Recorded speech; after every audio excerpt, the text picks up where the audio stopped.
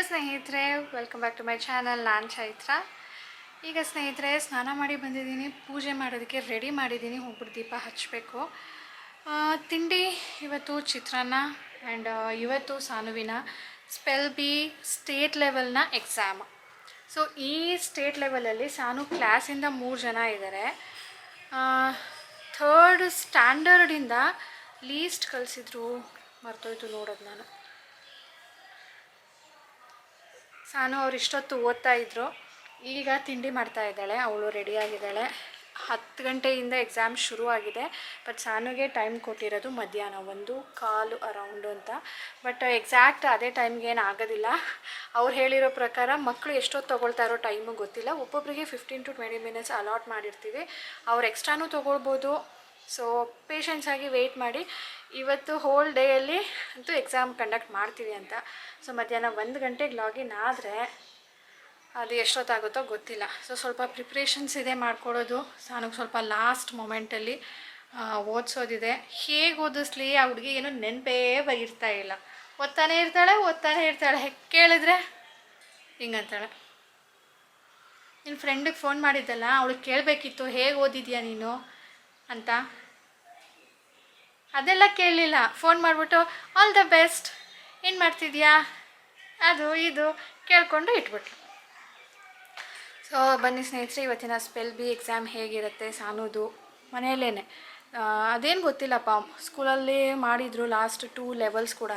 First level ಬಂದು class ಲೆವೆಲಲ್ಲಿ ಇರುತ್ತೆ. ಸೆಕೆಂಡ್ ಲೆವೆಲ್ ಬಂದು ಇಲ್ಲ, ಕ್ಲಾಸ್ ಲೆವೆಲಲ್ಲ, ಮೇ ಬಿ ಅದು ಸ್ಕೂಲ್ ಲೆವೆಲಲ್ಲಿ. ಅಂದರೆ ಇವ್ರದ್ದು 4 ಸೆಕ್ಷನ್ ಇರುತ್ತೆ. 4 ಸೆಕ್ಷನಲ್ಲಿ ಯಾರು ಚೆನ್ನಾಗಿ ಮಾಡಿರ್ತಾರೋ ಅವ್ರನ್ನ ಸೆಲೆಕ್ಟ್ ಮಾಡಿರ್ತಾರೆ. ಅವ್ರ ಜೊತೆ next inter school competition. Inter ಸ್ಕೂಲಲ್ಲಿ ಯಾರು ಸೆಲೆಕ್ಟ್ ಆಗಿರ್ತಾರೋ ಅವ್ರಿಗೆ ಇವತ್ತು ಸ್ಟೇಟ್ ಲೆವೆಲ್ಲು. ಸೊ ಸ್ಟೇಟ್ ಲೆವೆಲಲ್ಲಿ ಯಾರು ಪಾಸ್ ಆಗ್ತಾರೋ ಅವರು ನ್ಯಾಷನಲ್ ಲೆವೆಲ್ಲು. 2 ರೌಂಡ್ಸ್ ಇರುತ್ತಂತೆ. ಸೊ ನಿಮ್ಗೆ ಆಮೇಲೆ ಎಕ್ಸ್ಪ್ಲೇನ್ ಮಾಡ್ತೀನಿ. ಬನ್ನಿ, ಈಗ ದೀಪ ಹಚ್ಚಿಬಿಟ್ಟು ನಾನು ಕೂಡ ತಿಂಡಿ ಮಾಡ್ತೀನಿ. ಈಗ ಸ್ನೇಹಿತರೆ ತಿಂಡಿ ಆಯಿತು, ಸ್ವಲ್ಪ ಹೊತ್ತು ರೆಸ್ಟ್ ಮಾಡಿದ್ಲು, ರಿಲ್ಯಾಕ್ಸ್ ಮಾಡಿದ್ಲು ಟಿ ವಿ ನೋಡಿಕೊಂಡು. ಈಗ ಮತ್ತೆ ಓದೋಕ್ಕೆ ಕೂತಿದ್ದಾಳೆ. ಅವಳ ಫ್ರೆಂಡ್ದು ಆಗಿದೆಯಂತೆ ಎಕ್ಸಾಮ್. ಅವಳದೇ ಫಸ್ಟ್ ಇದ್ದಿದ್ದು. ಸೊ ಅವಳಿಗೆ ಫೋನ್ ಮಾಡಿ ಕೇಳಿದ್ಲು, ಏನು ಕೇಳಿದ್ಯಾ ಸಾನು, ಎಷ್ಟು ಆನ್ಸರ್ ಮಾಡಿದ್ಲೆ ಅಂದರೆ ನೀನೇ ಮಾತಾಡಿದ್ಲು ಇವಳು. ಯಾತಕ್ಕೆ ಫೋನ್ ಮಾಡಿದ್ಲು? How was the exam, are you going to next level? ಒಂದು ಯಾವುದಾದ್ರೂ ವರ್ಡು ನಿಮಗೆ ನೆನಪಿದ್ಯಾ ಅವ್ರು ಕೇಳಿದ್ದು ಅಂತ ಕೇಳಿದ್ದಾಳೆ. ಒಂದೇ ಒಂದು ಹೇಳಿದ್ಲು ಅವ್ರದ್ದೇ ಅವಳು, ಕ್ರಾನಿಕಲ್ ಅಂತ ಹೇಳಿಬಿಟ್ಟು. ಅದರದ್ದು ಮೀನಿಂಗ್ ನೋಡ್ತಾ ಇದ್ಲು. ಅಂದರೆ ಇವಳಿಗೆ ಸ್ಪೆಲ್ ಬಿಗೆ ಏನು ಬುಕ್ ಕೊಟ್ಟಿದ್ದಾರಲ್ಲ ಅದರಲ್ಲಿ ಜಸ್ಟ್ 50% ಬರುತ್ತಂತೆ. ಇನ್ನು 50% ಹೊರಗಡೆಯಿಂದ. ಅಂದರೆ ನಾವು ನ್ಯೂಸ್ಗಳು ನೋಡಬೇಕು, ಪೇಪರ್ಗಳು ಓದಬೇಕು, ಬುಕ್ಸ್ಗಳು ಓದಬೇಕು, ಡಿಕ್ಷನರಿ ಓದಬೇಕು. ಆವಾಗ ಮಾತ್ರ ನಮಗೆ ಫುಲ್ ಹೇಳೋದಕ್ಕಾಗೋದು. ನಮ್ಮ ಹುಡುಗಿ ಅಲ್ಲಿ ಬುಕ್ಕಲ್ಲಿ ಕೊಟ್ಟಿರೋದನ್ನು ಓದೋದಕ್ಕೇ ಇಷ್ಟೊಂದು ಟೈಮ್ ತೊಗೊಂಡಿದ್ದಾಳೆ. ಅಲ್ಲಿ ಇರೋದನ್ನು ಓದೇನೆ ಅವಳಿಗೆ ನೆನಪಿಲ್ಲ. ಇನ್ನು ಡಿಕ್ಷನರಿ ಎಲ್ಲಿಂದ ಓದ್ತಾಳೆ? ಎಷ್ಟಪ್ಪ ಇದೆ ನೋಡಿ ಡಿಕ್ಷನರಿ. ಸೊ ಇವತ್ತು ಮಜಾ ಇದೆ, ಎಕ್ಸಾಮು. ನಾನು ಯಾವತ್ತೂ ನನ್ನ ಲೈಫ್ ಟೈಮಲ್ಲಿ ಈ ಥರ ಎಕ್ಸಾಮ್ಸ್ನ ನಾನು ಅಟೆಂಡೇ ಮಾಡಿಲ್ಲ. ನನ್ನ ಮಗಳು ಮಾಡ್ತಿದ್ದಾಳೆ, ಅಷ್ಟಾದರೂ ನಂಗೆ ಖುಷಿ ಇದೆ. Very proud of her for passing 2 levels and coming to 3rd level. Very good. ಅದಕ್ಕೆ ಹೇಳ್ತಾ ಇದ್ದೀನಿ, ಪಾಸ್ ಆಗೋದಕ್ಕೆ ಸಾನು ಏನೆಲ್ಲ ಟ್ರಿಕ್ ಮಾಡ್ಬೋದು ಅಂತ ಹೇಳ್ಬಿಟ್ಟು. ಇದರಲ್ಲಿ 2 ರೌಂಡ್ ಇರುತ್ತೆ. ಫಸ್ಟ್ ರೌಂಡಲ್ಲಿ 10 ವರ್ಡ್ಸ್ ಕೇಳ್ತಾರೆ. 10 ವರ್ಡ್ಸ್ನ ಹೇಳ್ತಾರೆ ಅವರು. ಹೇಳಿದ ತಕ್ಷಣವೇ ಅದರ ಸ್ಪೆಲ್ಲಿಂಗ್ಸ್ನ ಹೇಳಬೇಕು. ನೆಕ್ಸ್ಟ್ ಅದರ ಮೀನಿಂಗ್ ಹೇಳಬೇಕು. ಅಂದರೆ ಈಗ ಕ್ರಾನಿಕಲ್ ಅಂತ ಹೇಳಿದ್ರಲ್ವಾ, ಅದರದ್ದು ಸ್ಪೆಲ್ಲಿಂಗ್ ಹೇಳಬೇಕು. ಆ್ಯಂಡ್ ಕ್ರಾನಿಕಲ್ ಅಂದರೆ ಏನು? Having a historical event. ಅದ್ರ ರಿಲೇಟೆಡ್ ಹೇಳಬೇಕು. ಈ ಥರ ಮೀನಿಂಗ್ ಹೇಳಬೇಕು. ಸೊ ಈ ಥರ 10 ಇರುತ್ತೆ. ನೆಕ್ಸ್ಟ್ ರೌಂಡಲ್ಲಿ ಅವರು ಒಂದು ವರ್ಡ್ ಅಥವಾ ಮೀನಿಂಗು ಹೇಳ್ತಾರಂತೆ. ಸೊ ಆ ಮೀನಿಂಗ್ ಕೇಳಿಕೊಂಡು ಆ ವರ್ಡ್ನ ಸ್ಪೆಲ್ಲಿಂಗ್ ನಾವು ಹೇಳಬೇಕು ಕರೆಕ್ಟಾಗಿ. ಆ ಸ್ಪೆಲ್ಲಿಂಗ್ ಏನಾದರೂ ರಾಂಗ್ ಮಾಡಿದ್ರೆ ಅವ್ರು ಅಲ್ಲಿಗೆ ಎಲಿಮಿನೇಟ್ ಆಗ್ತಾರೆ. ಅವ್ರು ಹೇಳ್ತಾನೇ ಇರ್ತಾರೆ, ಕರೆಕ್ಟಾಗಿ ಹೇಳ್ತಾ ಇರ್ತಾರೆ ಎಲ್ಲನೂ. ಅಂದರೆ ಅವ್ರು ಎಷ್ಟು ಬೇಕಾದರೂ ಕೇಳ್ತಾರಂತೆ. Having a record of historical events. So ಅದಕ್ಕೆ ನಾನು ಹೇಳ್ತಾ ಇದ್ದೀನಿ, ಸಾನು ನಿನಗೆ ಮೀನಿಂಗ್ ಅಂತೂ ನೆನಪಿರೋದಿಲ್ಲ ಅಲ್ವಾ, ಇದು ಕಷ್ಟ ಅನಿಸುತ್ತೆ ನಿನಗೆ. ಓಕೆ, ನೀನು ಮೀನಿಂಗ್ ಹೇಳದೇ ಇದ್ರೂ ಪರವಾಗಿಲ್ಲ, ಸ್ಪೆಲ್ಲಿಂಗ್ಸ್ ಕರೆಕ್ಟಾಗಿ ಹೇಳು, ಅಟ್ಲೀಸ್ಟ್ ಅದರಲ್ಲಾದರೂ ಮಾರ್ಕ್ಸ್ ತಗೋ ಅಂದ್ಬಿಟ್ಟು ಟ್ರಿಕ್ ಕೇಳ್ಕೊಡ್ತಾ ಇದ್ದೀನಿ. ಓಕೆ ಬೇಟಾ, okay. If you want a certificate, trophy, ಸ್ವಲ್ಪ ಕಾನ್ಸಂಟ್ರೇಷನ್ ಆಗಿ ಕರೆಕ್ಟಾಗಿ ಸ್ಪೆಲ್ಲಿಂಗ್ಸ್ ಹೇಳು. ನೀನು ಹೇಳಿಲ್ಲ ಅಂದರೂ ಕೂಡ ಏನು ತೊಂದರೆ ಇಲ್ಲ, ನೆಕ್ಸ್ಟ್ ಇಯರ್ ಇನ್ನೂ ಸೇರಿಸ್ತೀನಿ.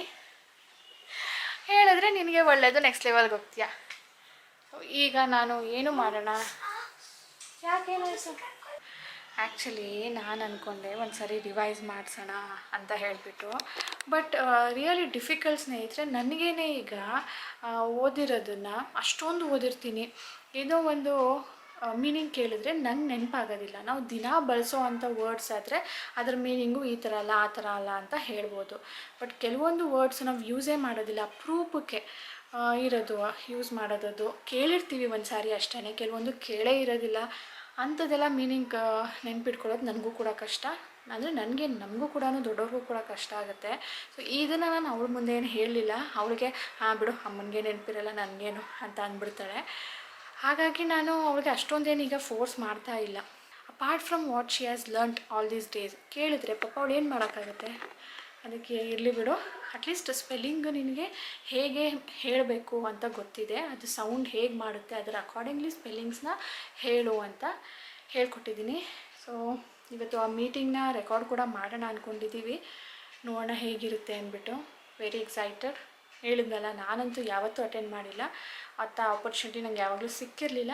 ನನ್ನ ಮಗಳು ಅಟೆಂಡ್ ಮಾಡ್ತಿದ್ದಲ್ಲ, ಅದೇ ನನಗೆ ತುಂಬ ಖುಷಿ, ಏನೋ ಒಂಥರ ಪ್ರೌಡ್ ಫೀಲಿಂಗು. ಯಾಕಂದರೆ ಅವ್ಳು ಕ್ಲಾಸಲ್ಲಿ ಸೆಲೆಕ್ಟ್ ಆಗಿರೋದೇ 3 ಜನ. ಓಕೆ ಸ್ನೇಹಿತರೆ, ನಾನು ಇಷ್ಟೊತ್ತು ಓದಿದ್ರಲ್ಲ, ಈಗ ಸ್ವಲ್ಪ ರಿಲ್ಯಾಕ್ಸ್ ಫೀಲ್ ಮಾಡೋದಕ್ಕೆ ನನಗೆ ಮೇಕಪ್ ಮಾಡ್ತಾ ಇದ್ದಾಳೆ. ನೋಡ್ಬಿಡಿ ಹೆಂಗೆ ಕಾಣ್ತಾ ಇದ್ದೀನಿ, ಆಮೇಲೆ ಹೆಂಗೆ ಕಾಣ್ತೀನಿ. ಕಮೆಂಟ್ ಮಾಡಿ ಯಾವ್ದು ಚೆನ್ನಾಗಿ ಕಾಣಿಸುತ್ತೆ, ಅಮ್ಮ ಮೇಕಪ್ ಮಾಡಿದೆ ನಾನು ಮೇಕಪ್ ಮಾಡಿದೆ ಅಂತ. ಓಕೆ ಓಕೆ ನಮ್ಮಮ್ಮ ಬ್ಯಾಡ್ ಫೀಲ್ ಆಗ್ಬಾರ್ದು, ನಾನು ಬ್ಯಾಡ್ ಫೀಲ್ ಆಗಲ್ಲ.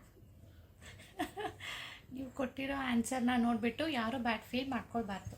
ಸಾನುದು ಚೆನ್ನಾಗಿದೆ ಅಂದರೆ ನಾನು ಬ್ಯಾಡ್ ಫೀಲ್ ಮಾಡಬಾರ್ದು, ನಂದು ಚೆನ್ನಾಗಿದೆ ಅಂದರೆ ಸಾನು ಬ್ಯಾಡ್ ಫೀಲ್ ಮಾಡಬಾರ್ದು. ಮೆತ್ತಿಗೆ ಸಾನು ಅವಾಗ ಕುಡ್ದಿಯಲ್ಲ ಇಟ್ಕೊಂಡು ಆಗ್ತಾಳೆ, ನಾನೇನು ಮಾಡಲಿ. ಮೇಕಪ್ ಆಗಿದೆ, ಆದರೆ ನಾವು ಈಗಲೇ ತೋರಿಸಲ್ಲ. ಹೇರ್ ಸ್ಟೈಲ್ ಆದಮೇಲೆ ನಮ್ಮ ಮೇಕಪ್ಪನ್ನು ತೋರಿಸ್ತೀವಿ ಅಲ್ವಾ? ಕರೆಕ್ಟ್ ಅಲ್ವಾ ಸಾನು?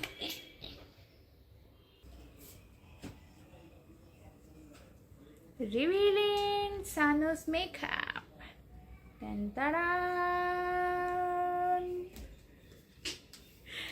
ಈ ಥರ ರೆಡಿಯಾಗಿ ನಾನು ಎಲ್ಲಿಗೆ ಹೋಗ್ಬೋದು ಹೇಳಿ?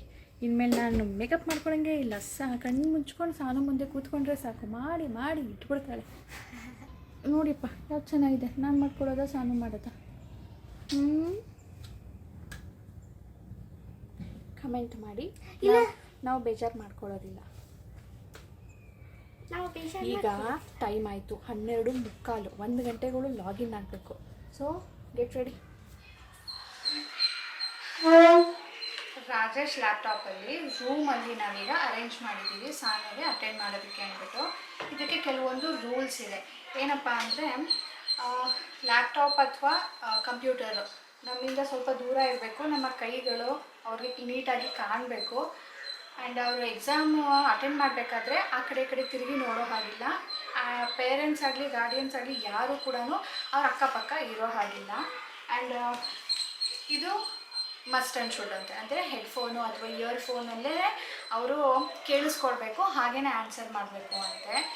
ಅಂದರೆ ಯಾರಾದರೂ ಬೇರೆಯವರು ಕೇಳಿಸ್ಕೊಂಡ್ರೆ ಅವ್ರಿಗೆ ಹೆಲ್ಪ್ ಮಾಡ್ಬೋದು ಬ್ಯಾಕ್ಗ್ರೌಂಡಿಂದ ಅನ್ನೋ ಇಂಟೆನ್ಷನಿಂದ ಅಂತ ನನಗೆ ಅನಿಸುತ್ತೆ. ಸೊ ಇದನ್ನು ರೆಡಿ ಮಾಡಿದ್ದಾರೆ. ಲ್ಯಾಪ್ಟಾಪ್ ಚಾರ್ಜು ಇದೆ. ಈಗ 1 ಗಂಟೆ ಎಕ್ಸಾಕ್ಟು, 1:15ಗೆ. ಸಾನು ಹೊಟ್ಟೆ ಹಸಿನಾ? ನಡಿ, ನಿಮ್ಮ ಡ್ಯಾಡಾಗ ಏನಾದರೂ ಕೇಳೋಗಿದೆಯಾ? ನಾನಿನ್ನೂ ಅಡುಗೆನೇ ಮಾಡಿಲ್ಲ. ನಮ್ಮ ಸಾನು ಜೊತೆ ಆಟಾಡ್ಕೊಂಡು ನಾನು ಓದಿಸ್ಕೊಂಡು ಕೂತಿದ್ದೀನಿ. ಅನ್ನ ಮಾಡಬೇಕಿತ್ತು. ನೋಡಿ ಇವಳು ಹಿಂಗೆ. ಓಕೆನಾ? ಇಷ್ಟಾಗಿದೆ. ಸೊ ನಾವು ಆ ಮೀಟಿಂಗ್ನ ರೆಕಾರ್ಡ್ ಮಾಡೋಣ ಅಂತ ಅಂದ್ಕೊಂಡಿದ್ದೀವಿ. ಅವ್ರು ಪರ್ಮಿಷನ್ ಕೊಡ್ತಾರೋ ಇಲ್ವೋ ಗೊತ್ತಿಲ್ಲ, ನಾವು ಕೇಳೋಣ ಅಂತ. ಅಂದರೆ ನಾವು ಕೂಡ ಇರೋದಿಲ್ಲ, ಆಮೇಲೆ ನೋಡೋದಕ್ಕೆ ನಮಗೆ ರೆಫರೆನ್ಸ್ಗೆ ಇರಲಿ ಅಂತ ಹೇಳಿಬಿಟ್ಟು.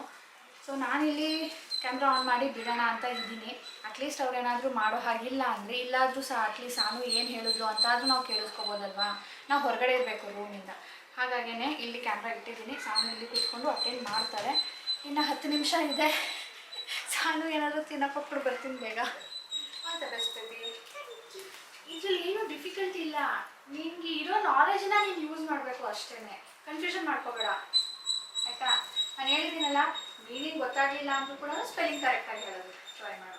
ಸ್ಪೆಲ್ಲಿಂಗಲ್ಲಿ ಕನ್ಫ್ಯೂಷನ್ ಆಯಿತು ಅಂದರೆ ಆಸ್ಕಕ್ಕೆ ಆನ್ಸರ್ ಮಾಡಿದ್ಮೇಲೆ ಇನ್ನೊಂದ್ಸರಿ ಅಂದರೆ ಅವ್ರು ಕೇಳೋದಿಲ್ಲ ಆಯಿತಾ.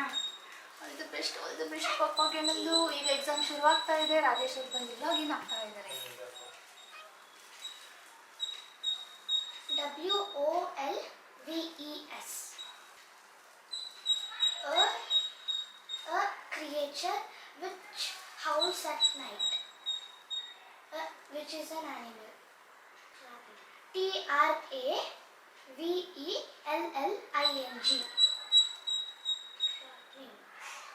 Meaning having a journey. SWORD, sword. Meaning a big knife. OC, octo. TOPUS, octopus. The meaning a sea creature which has 8 legs. ಸಾನದು exam ಮುಗೀತು. ಯಾಕೆ ಅದರಲ್ಲಿ ಹೇಗೆ ಅವ್ರು ಮುಗೀತು ಅಂತ ಹೇಳ್ತಾರೆ ಅಂದರೆ, ಫಸ್ಟ್ ರೌಂಡ್ 10 ಇರುತ್ತೆ. ಅದರಲ್ಲಿ ವರ್ಡ್ ಹೇಳಬೇಕು ಆ್ಯಂಡ್ ಅದ್ರ ಮೀನಿಂಗ್ ಹೇಳಬೇಕು. ಅದು ರಾಂಗ್ ಆದರೂ ಪರವಾಗಿಲ್ಲ, ಅವರು ಕಂಟಿನ್ಯೂ ಮಾಡ್ತಾರೆ. ಸೆಕೆಂಡ್ ರೌಂಡಲ್ಲಿ ವರ್ಡ್ಸ್ಗಳು ಕೇಳ್ತಾ ಹೋಗ್ತಾರೆ. ಆ ವರ್ಡ್ಸಲ್ಲಿ ಅವ್ರು ಎಷ್ಟಾದರೂ ಕೇಳ್ಬೋದು, ಇಷ್ಟು ಅಷ್ಟು ಅಂತ ಏನಿಲ್ಲ. 11th ವರ್ಡೇ ಮೊದಲು 10 ಆಗಿರುತ್ತೆ. ನೆಕ್ಸ್ಟ್ ರೌಂಡಲ್ಲಿ 11th ಅಂತ ಲೆಕ್ಕ ಮಾಡ್ಕೋತಾರೆ. ಅದರಲ್ಲಿ ಏನಾದರೂ 11th ವರ್ಡೇನೆ ರಾಂಗ್ ಹೇಳಿದ್ರೆ ಅವ್ರು ಕಂಟಿನ್ಯೂ ಮಾಡಲ್ಲ. ಆ ಥರ ಸಾಲುದು 10 + 3 10 11th 21st ವರ್ಡ್ ರಾಂಗ್ ಆಯಿತು. ಸೊ ಲೀವ್ ಅಂತ ಹೇಳಿದ್ರು. ಅಂದರೆ 20 ಅಟೆಂಪ್ಟ್ ಮಾಡಿದ್ದಾಳೆ. ಆ 20ಯಲ್ಲಿ ಎಷ್ಟು ರಾಂಗು ಎಷ್ಟು ಕರೆಕ್ಟು ಗೊತ್ತಿಲ್ಲ. ಎಲ್ಲ ಕರೆಕ್ಟ್. ಇಲ್ಲಿ 3 ತಪ್ಪಾಗಿದೆ ನಮ್ಗೆ ಗೊತ್ತಿರಂಗೆ. ಇಲ್ಲ, ಲೆಮನೇಡ್ ಹೇಳಿದ್ಯಾ? ಅದು ರಾಂಗ್ ಆಗಿದ್ರೆ ಅವ್ರು ಆವಾಗೇನೆ ಬಿಟ್ಬಿಡ್ತಾ ಇದ್ರು ಲೀವ್ ಅಂತ. ಹೌದಾ? ಸೊ ಅದೆಲ್ಲಾನು ಕರೆಕ್ಟ್ ಇದೆ. ಬ್ರೌಸ್ ಸ್ಪೆಲ್ಲಿಂಗ್ ರಾಂಗ್ ಮಾಡಿದ್ದಾರೆ. ಡೀಸೆಲ್ ಒಂದು okay, it's okay. Participation is ಯಾರು ಇಂಪಾರ್ಟೆಂಟ್. ಗೊತ್ತು ಸರ್, ಬೇರೆಯವ್ರು ಎಷ್ಟು ಆನ್ಸರ್ ಮಾಡೋರು ನಿನ್ಗಿಂತ ಕಡಿಮೆ ಮಾಡಿದ್ರೆ ಇಟ್ಸ್ ಓಕೆ. ಎನಿವೇಸ್ ಅಷ್ಟು ಹೇಳಿದಲ್ಲ, ವೆರಿ ನೈಸ್. ಕೆಲವೊಂದು ಮೀನಿಂಗ್ ಕನ್ಫ್ಯೂಷನ್ ಮಾಡ್ಕೊಂಡು ತಪ್ಪು ಹೇಳಿದ್ಯಾ. It's okay. ನಿಂದು ಮುಗೀತು ಕ್ಲಾಸಸ್. ಇವತ್ತಿಂದ ಫ್ರೀ. ನಾಳೆಯಿಂದ ಮ್ಯಾಚ್ ಅಂದಿದ್ದಕ್ಕೆ ಕಾಲು ಬೀಳ್ತಾವಳೆ ಬೇಡಮ್ಮಮ್ಮ ಅಂತ.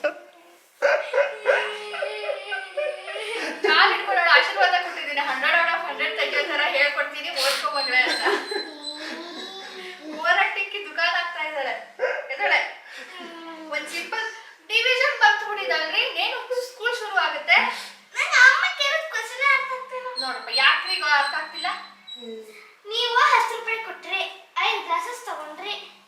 ಎಷ್ಟಾಯ್ತು ಒಂದು ಗ್ಲಾಸ್ಗೆ ಅಂತ ಸಿಂಪಲ್ ಆಗಿ ಕೇಳಿದೆ. ಎಷ್ಟಾಯ್ತು ಒಂದು ಗ್ಲಾಸ್ಗೆ? ಏನು ಇದು ಕ್ವೆಶ್ಚನ್ ಡಿಫಿಕಲ್ಟಾ ಈಸಿನಾ? ಅವಳಿಗೆ ರಿವಿಷನ್ ಬೇಕಾ ಬೇಡವಾ? ಬೇಕು. ಸ್ವಲ್ಪ ಹೊತ್ತು ಮಾಡಿಸೋಣ. ಯಾಕೆ ಬರ್ತಿದ್ಯಾ ಮತ್ತೆ ಎಲ್ಲಾನು? ಎಕ್ಸಾಮ್ ಟೈಮಲ್ಲೆಲ್ಲ ಹೇಳ್ತಾ ಇದ್ದೆ, ಅವಾಗ ಓದ್ತಾ ಇದ್ದೆ. ಬಟ್ ಇವಾಗೆಲ್ಲ ಮರ್ತೋಗಿದೆ. ಹೋಗಿ ನಿಮ್ಮ ಫ್ರೆಂಡ್ಸ್ ಯಾರಿದ್ದಾರೆ ನೋಡ್ಕೋರು. ನಾಳೆ ಸಂಡೇ, ನಾಳೆ ನಿಮಗೆ ರಜಾ. ಓದೋದಕ್ಕೆ ಮಂಡೆಯಿಂದ ಶುರು. ಸಾನು ಇವತ್ತು ಅವಳ ಫ್ರೆಂಡ್ ಬರ್ತ್ಡೇಗೆ ಹೋಗಿ ಬಂದಳು. ಆ್ಯಕ್ಚುಲಿ ಪಾಪ ಈಗ ಸಮ್ಮರ್ ಹಾಲಿಡೇ ಅಲ್ವಾ, ಎಲ್ಲರೂ ಊರಿಗೊಟ್ಟೋಗಿದ್ದಾರೆ. ಇವಳ ಫ್ರೆಂಡ್ಸ್ ಗ್ರೂಪ್ ಅಂದರೆ ಗರ್ಲ್ಸ್ ಗ್ರೂಪು 8 to 9 ಮೆಂಬರ್ಸ್ ಏನೋ ಇದ್ದಾರೆ. ಇದರಲ್ಲಿ ಇರೋದೇ ಇವಳು ಒಬ್ಳಿಗ. ಎಲ್ಲರೂ ಊರಿಗೆ ಹೋಗಿದ್ದಾರೆ. ಸೊ ಇವಳು ಒಬ್ಬಳೇ ಪಾಪ ಅಟೆಂಡ್ ಮಾಡಿ ಬಂದಿದ್ದಾಳೆ. ಇವಳ ಫ್ರೆಂಡು ಚಿಕ್ಕವಳು. ಎಷ್ಟು ಇಯರ್ ಅಂತೆ ಸಾನು ಈಗ? 6 yearsಾ? ಅವಳ ಬರ್ತ್ಡೇಗೆ ಹೋಗಿ ಬಂದ್ಲು ಇವಳು ಒಬ್ಳೇ.